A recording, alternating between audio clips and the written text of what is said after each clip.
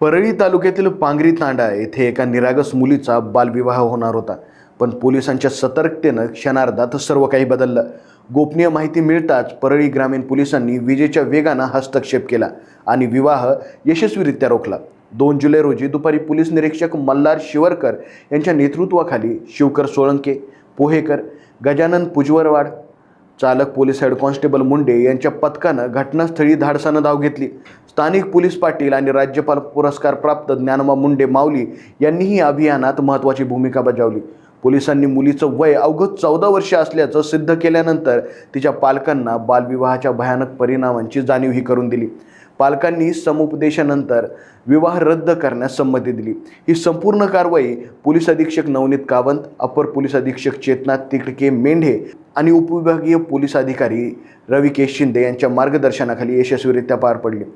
प्रेक्षकांनो, बालविवाह ही मुलींच्या स्वप्नांवर घातलेली कुऱ्हाड आहे।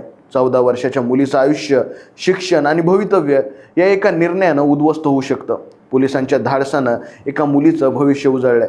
अशा सामाजिक कुरीतींविरुद्ध आपण सर्वांनी जागरूक राहिलं पाहिजे। लोकाशा टीव्ही बालविवाहासारख्या कुरीतींविरुद्ध सातत्यानं आवाज उठवत आहे। पाहत राहा लोकाशा टीव्ही।